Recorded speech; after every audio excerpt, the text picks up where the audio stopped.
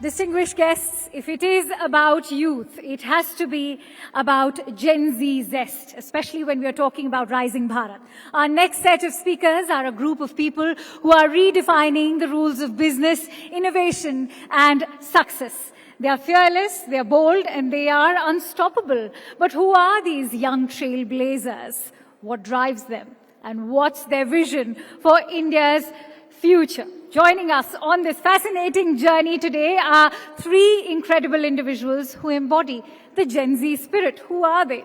Jay Kotak, co-head of Kotak 811 and SVP Conglomerate Relationships, who's revolutionizing banking for the digital age. Also, Shashwat Goenka, Vice Chairman of the RP Sanjeev Goenka Group, who is taking the family legacy to new heights and his innovative approach. And Lavanya Nalli, who is the Vice Chairperson of the Nalli Group of Companies, who is infusing tradition with innovation and taking the family business to new frontiers. Together, these young achievers will share their insights with Shireen Bhan for a session on Zoomer Zest, the new age Indians. Ladies and gentlemen, let's welcome the Gen Z trailblazers with Shireen Bhan.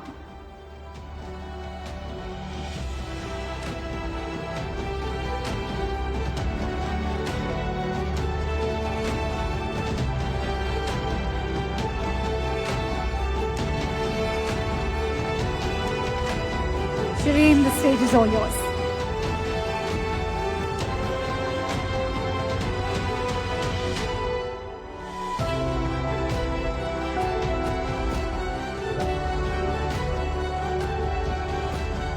Good afternoon, ladies and gentlemen. It's great to be back on stage here at the Rising Bharat Summit with some young leaders who join us now with a fresh perspective and a fresh lens on how they see India, how they see their businesses, and more importantly, how they see India's place in the global order. Let me very quickly give you a little bit about the backstory for each one of them. Lavanya Nalli, I'll start with you.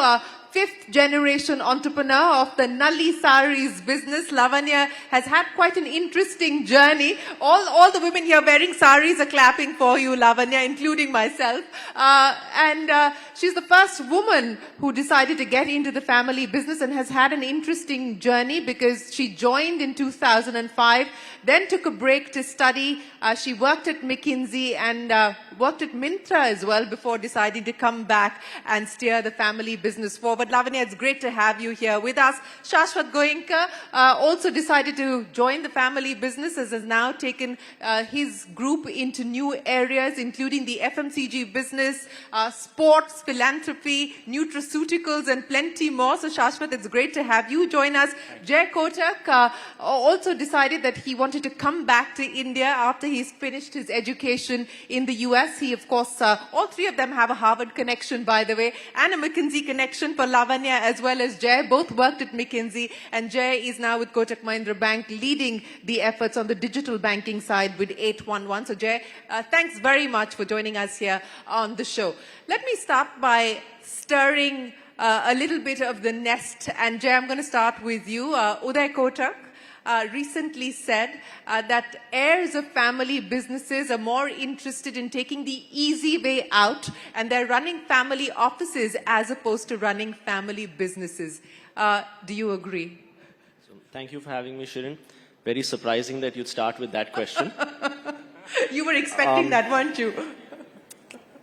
I think this whole dichotomy of investor versus operator, where at least where my view on this is that where India is today, I agree with what a number of people have said, that the next gen should lean towards operating. If you look at the US 100 years ago, you look at the sons and daughters of the largest industrialists, they tended to be operators. It's only now, many generations later, that folks veer more into the investment side in the US. So that's my view. That's your view. So you do believe that it is time for the next gen to roll their sleeves up quite literally and get into running operational businesses. Shashwat, Mr. Kotak made those comments, and Harsh Goenka, your uncle, sided with him in the debate and also joined the debate by saying that absolutely sweat equity is what they should be focused on, and that's clearly not the case. How do you look at this current debate? I think I have a different point of view, right? And I think it's not either or, and I think you can do both, right? And I think it's important that you do both. I think today, the wealth creation opportunities that are available, it becomes important to look at your family office and to see how best you can invest what's in there to grow that, right? Whether it's to incubate startups, whether it's to, create businesses that can give you inordinate value. And invest in those businesses. But I think it's equally important to also be active in operational roles or in operations businesses as well, because that is when you really get a pulse of what is going on, whether it's the consumer, whether it's the supply side, whether it's the entire value chain that you look at, whether from manufacturing to whichever way, right? So I think it's important to look at both. And I think when you look at next generations, and three of us are sitting here, fifth generation, seventh generation for you, and second generation for Jay, yes. Exactly. And I think all of us are running some business or the other, while we're also looking at the family office and investing further. So I think it's about doing both and so they don't have to be mutually exclusive. Absolutely. You can do both. But Lavanya, this issue of ownership and management has been discussed ad nauseum over the years, and it perhaps has to be looked at in a more nuanced way, because when family-run businesses take inheritors to run the businesses, they're accused of not bringing in professional management, they're accused of not bringing in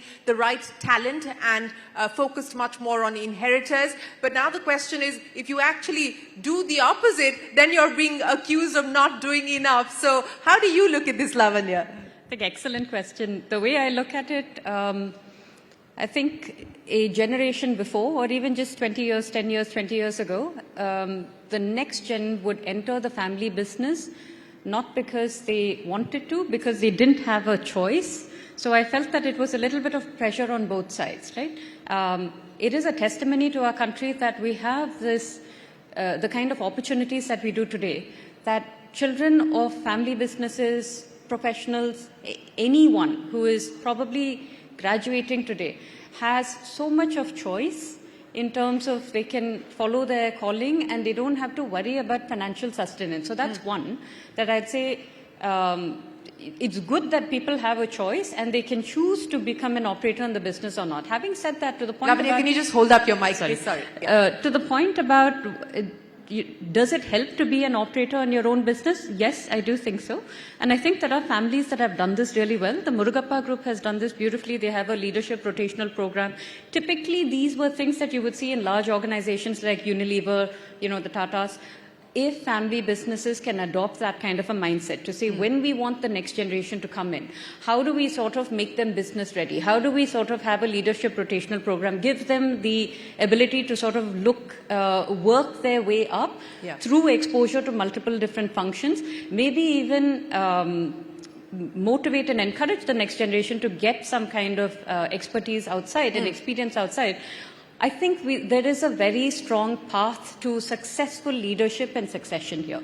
Yes, it's important that you talk about this path to successful leadership as well as succession. And very often, I'm not sure enough thought is put into it until there is an eventuality that a business family or a business needs to deal with. In your case, Lavanya, no woman who had joined the family business before you, you are a fifth generation entrepreneur. Your decision to actually work outside of the family business and then take the family business forward, what was that like for you? And as you look back at your journey today, what would you say you would like to do over to ensure that it was a more smoother transition to leadership? So looking back, I'll answer the last question first. Looking back today, I think I wouldn't change a thing. It's shaped me and made me what I am today. There's a deep gratitude for the platform and everything that it's provided. But I've done 2 stints in the family business. One was in 2005 when I graduated and I just joined. And India was a very different world back then. Even malls coming up was a new thing. There were no VCs, there were no consumer brands, D2C, none of that existed. In fact, retail was considered a dirty word, right? There would be people who would say, I don't want my son to work in a shop. He won't have manageable prospects. So jump cut to today in 2025 and see how much, that universe has changed. When I joined, I think there was this air of, she's doing something till she gets married. So how much harm can she do? We'll fix it.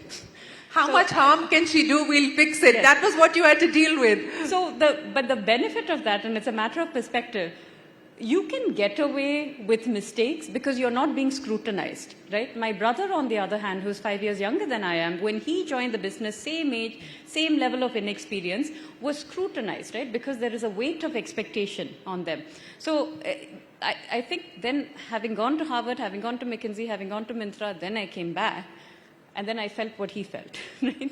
So I think it's a matter of perspective. Having said that, I do believe that having a very thoughtful, intentional sort of leadership program, even for heirs in the business, whether it's external, professional or heirs, is just a no regrets move, right? Because it's your company. You want to set it up for success. You want to set it up for longevity. Who would you invest in if not the next gen? Absolutely. You have skin in the business, so to speak, quite literally. But it's interesting that you point out that the baggage of expectations was automatically on your brother and not on you. And you had to go through several hoops to be able to prove your mettle. But Shashwat, retail clearly is not a bad word for you. So let's talk about this new India and the new ways of looking at business. And let's start by talking to you. You've inherited this business. You're a 7th generation entrepreneur. But as you look at India today, why did you feel that these are the new areas you want to branch out to? Why did you feel FMCG was a play you wanted to bet on, or retail was a play that you wanted to bet on? And clearly it didn't impact your marriage prospects. I think when you look at just the macroeconomic scenario of India and, the demography of India, 70% of India today is under the age of 34. And 10 years ago, when I started working, they were under the age of 24, right? And we were trying to size that market and see they are going to become the spenders of tomorrow, the earners of tomorrow. And therefore, there is a huge consumer tailwind in a way that India's demographic allowed it to have, right? And that was what we wanted to capitalize on when we looked at our consumer businesses. So whether it was retail or whether it was FMCG, right? From 2Yum to our personal care ventures, naturally within, to even our nutraceutical venture as well. And I think consumerism is only growing. And I think when you look at the Gen Zs who are coming into the consumption economy as they grow older, there is a lot of instant gratification that they want. The concept of accumulation or saving is not something that is inherent to them. Like we were talking before this, they've grown up in a world of abundance where they've always gotten whatever they wanted. They've not seen scarcity to the extent our forefathers may have seen, right? And so therefore, everything is an instant gratification that they want. They want it here, they want it now. And that just lends very well to how consumption works. And I think that's really what we wanted to capitalize on. Well, speaking of instant gratification, we're also living in an era of 10-minute delivery. And that has changed the fulfillment aspiration for every sector at this point in time. How are you dealing with that?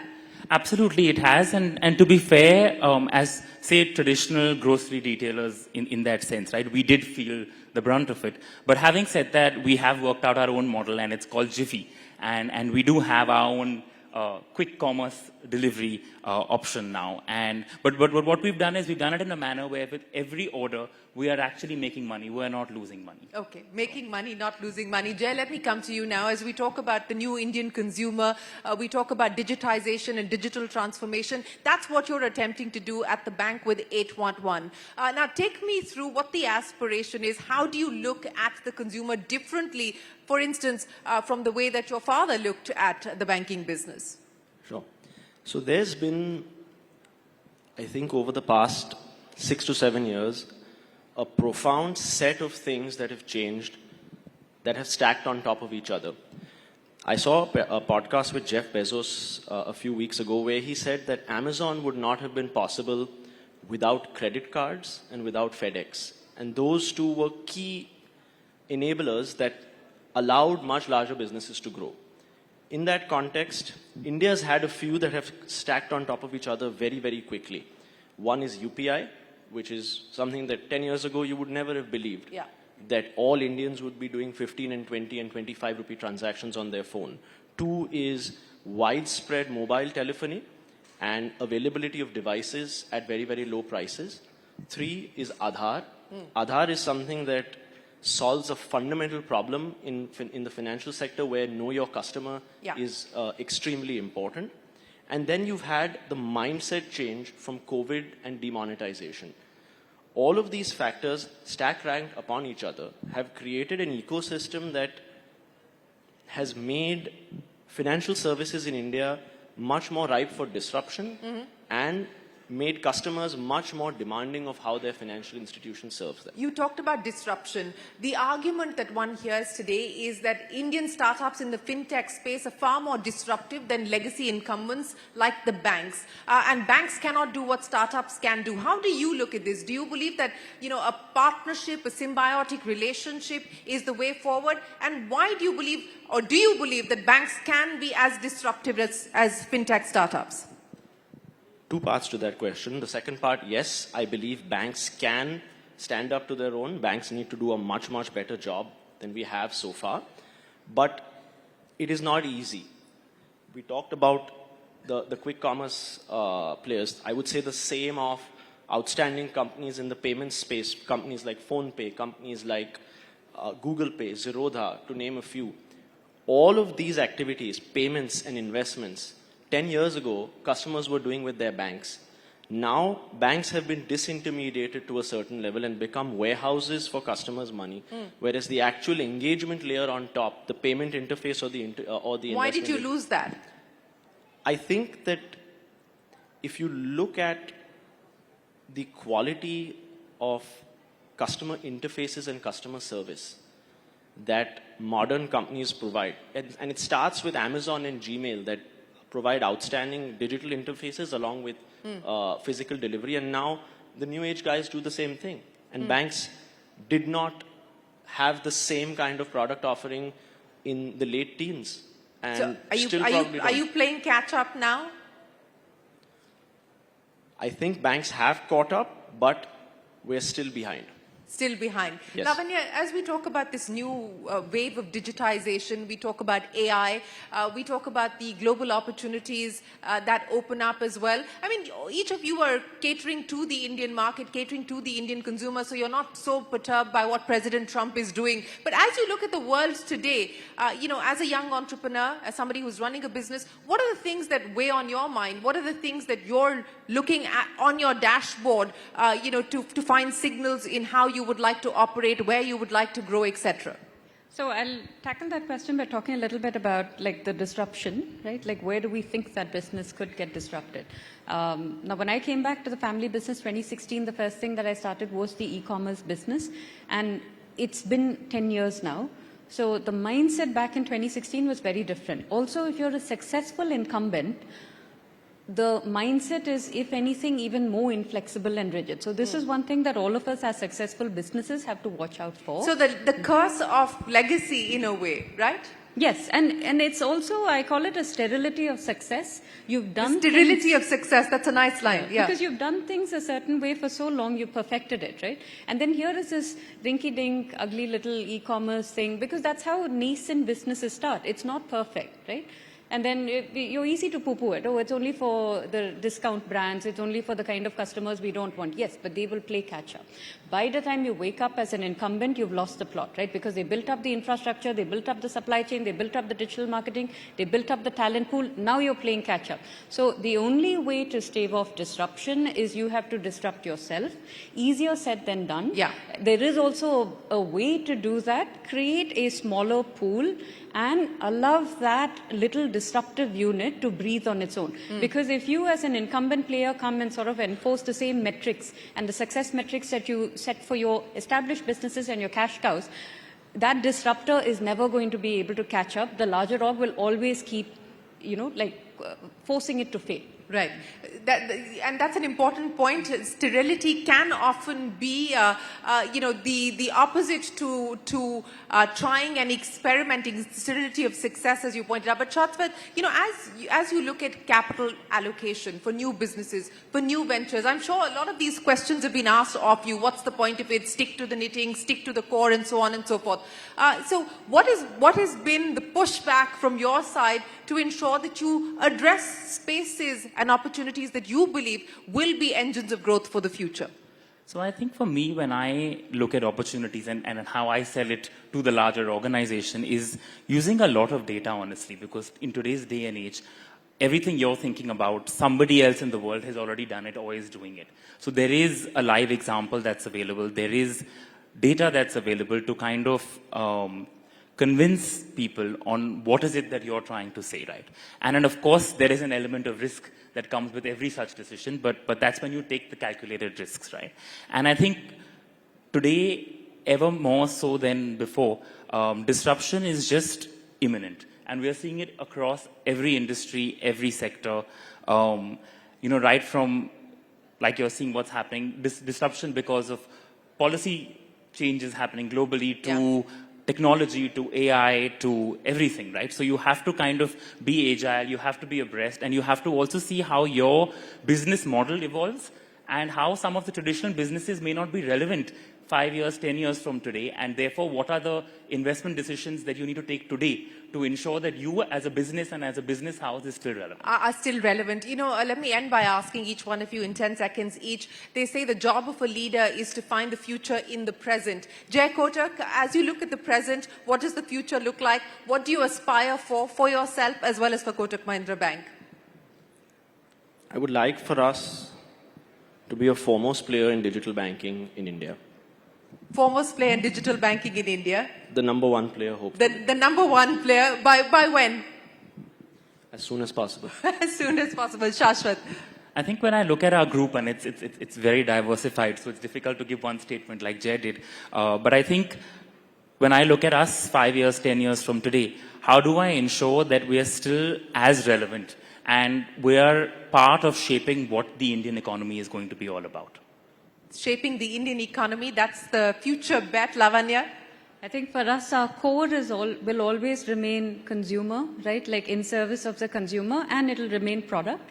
But how do we innovate on the product, and how do we create that kind of immersive experience for consumers and the future consumers? I think that's where the innovation and the excitement is. Well, we look forward to hearing more from each one of you about your future endeavors, your future innovations, as well as the energy that you intend to put in to drive your businesses forward. Ladies and gentlemen, a big round of applause for the next gen of Indian business and what they're attempting to do to take their legacy forward. Appreciate your time, and we wish you the very best of luck. Thank you so much.